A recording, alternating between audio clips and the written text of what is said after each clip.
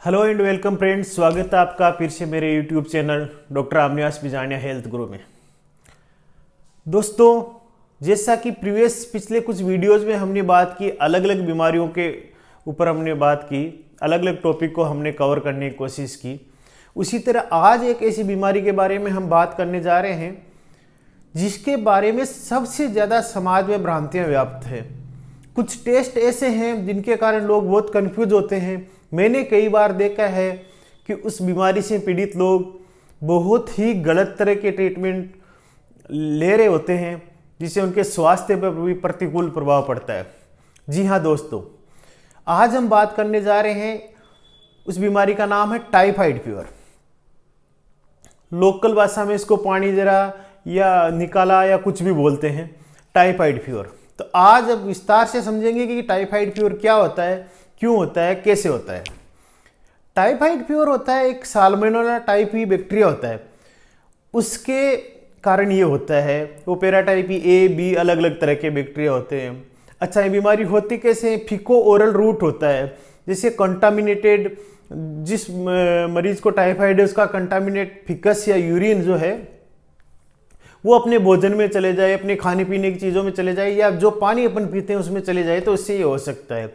भोजन खास तौर से जो अंडर कुक्ड फूड होता है, जो अच्छी तरह से उबाला हुआ नहीं होता है, सब्जियां वगैरह होती है, उनके थ्रू ये फैलता है।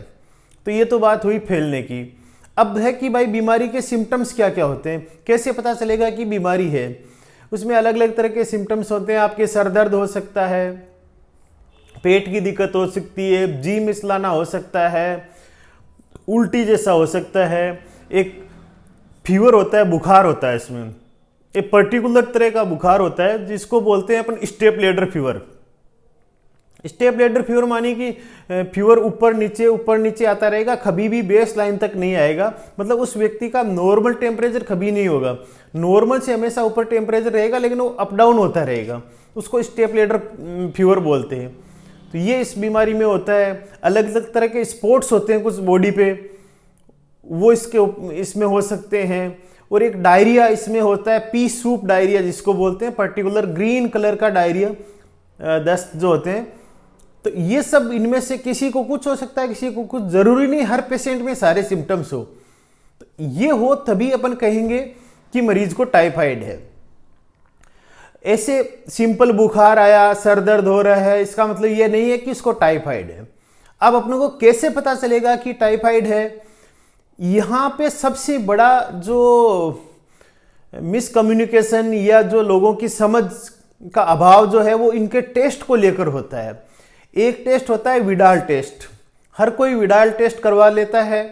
विडाल टेस्ट में अपन देखते हैं, जैसे इस पिक्चर में आप देख पा रहे हो, पॉजिटिव नेगेटिव कुछ लिखा होता है। अब हर किसी को लगता है कि इसमें पॉजिटिव लिखा हुआ है तो मेरे टाइफाइड है, मुझे टाइफाइड का ट्रीटमेंट लेना। ऐसा बिल्कुल भी नहीं है, बिल्कुल भी नहीं होता है। इस चीज को आप अच्छी तरह से समझिए। टाइफाइड की जांच के लिए अलग अलग तरह के टेस्ट होते हैं।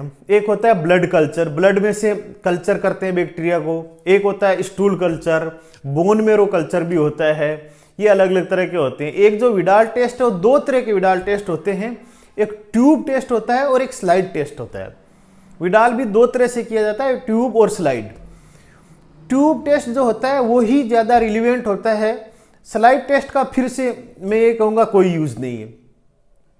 तो ट्यूब जो टेस्ट होता है उसमें अलग अलग तरह के टाइटर होते हैं, paratyphi A B T O T H, अलग अलग तरह के होते हैं। उनमें अलग अलग रेंज होती है, किस रेंज में आपको पॉजिटिव कहेंगे और वो वापस कब कराना है। आज रिपीट कराया है तो वापस कब रिपीट कराना है, इसमें और उसमें कितना फर्क है।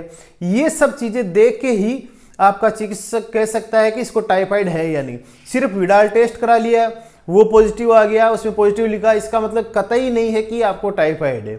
वैसे तो आजकल एंटीबायोटिक के ज़माने में इतनी सारी एंटीबायोटिक का यूज होता है, जो इंडिकेटेड और अनइंडिकेटेड। तो उतनी सारी एंटीबायोटिक का यूज होने के बाद टाइफाइड न के बराबर होता है, देखा ही नहीं जाता, बहुत कम केसेस में होता है। तो मेरी आप लोगों से सलाह है कि कृपया केवल विडाल टेस्ट करवा के अपने आप को यह ना समझे कि टाइफाइड हो गया है। इसके लिए बहुत सारे टेस्ट मैंने बताए, बहुत सारे सिम्टम्स मैंने बताए, कैसे होता है, किस बैक्टीरिया से होता है। तो इस तरह से अपना चिकित्सक की सलाह से ही इसका इलाज करवाएं। और भी कोई जानकारी आपको चाहिए या आपको टाइफाइड से संबंधित कोई भी क्वेरी है तो कृपया कमेंट बॉक्स में कमेंट करके जरूर बताएं, ताकि हम उसको आप तक पहुंचाने का कोशिश करेंगे। कृपया चैनल को लाइक, शेयर एंड सब्सक्राइब जरूर करें। धन्यवाद।